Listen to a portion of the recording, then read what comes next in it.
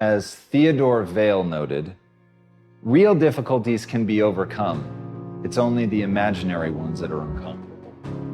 The reason that I love that is because it is a powerful reminder. At the end of the day, you're choosing what to believe.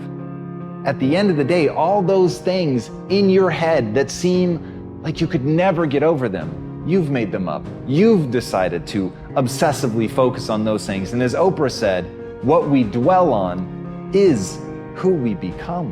The greatest power is to be self-controlled, to be able to train the mind and energy to focus it exactly where you want it and when you want it to be.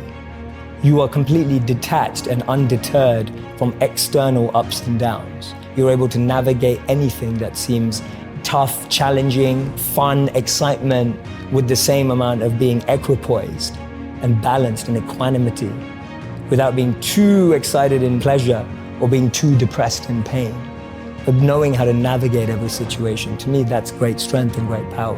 There's a beautiful verse in the Bhagavad Gita that says that detachment is not that you own nothing.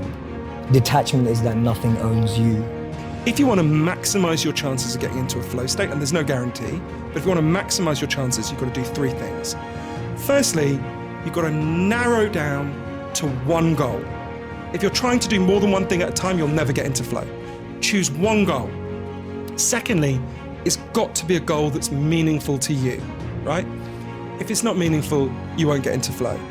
And thirdly, it will really help if you choose a goal that's at the edge of your comfort zone, at the edge of your abilities. So if you in here and you like, I'm scared, whatever you do this for me. Do not sabotage yourself with fear. Fear is not real. That's something in your brain. Like, it does not exist. How do we get over it? You get over it by dreaming of what you can be. Come on, y'all gotta hear what I'm saying. There are those of you in this room, you spend a majority of your life doing what other people want you to do. You don't even know who you are. And so even what you're doing, you're not doing at 120% because you're doing what somebody else wants you to do, and you're not good enough to be somebody else. And think about that for a second. Think about today. Just audit your thoughts. What did you spend your time thinking on? Did you obsessively think about the way that things could go right? Or did you obsessively think about the things that could go wrong? All the myriad ways that you need to protect yourself. And that's how it feels. In the moment, you think, I'm just planning for the worst case scenario. I'm thinking through all the ways that something could go wrong so that I can be prepared for it, not understanding that what you're doing is focusing on all the ways that it could go wrong. So I need you to be selfish on the first tier, and that's dreaming. I need you to be real selfish because you can't help anybody else. You can't do for anybody else if you hurt.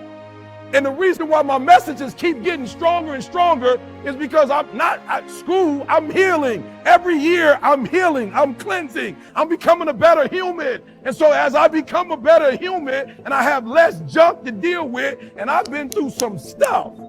They're imagined futures, they are not real. And in that, like a race car driver goes where the eyes go, you will go where your thoughts go. You will become your thoughts. So instead of boxing yourself in and thinking only about all the different ways that something could be bad, could break, could fall to pieces, think about all the things that you could do if you take the action, all the myriad ways that things could come to your aid and work out for the better. Obsessively think on that and let failure be a total fucking surprise. In that, you will take the actions that you need to be successful. But first, you've got to train yourself to obsess over all the ways your life could go right.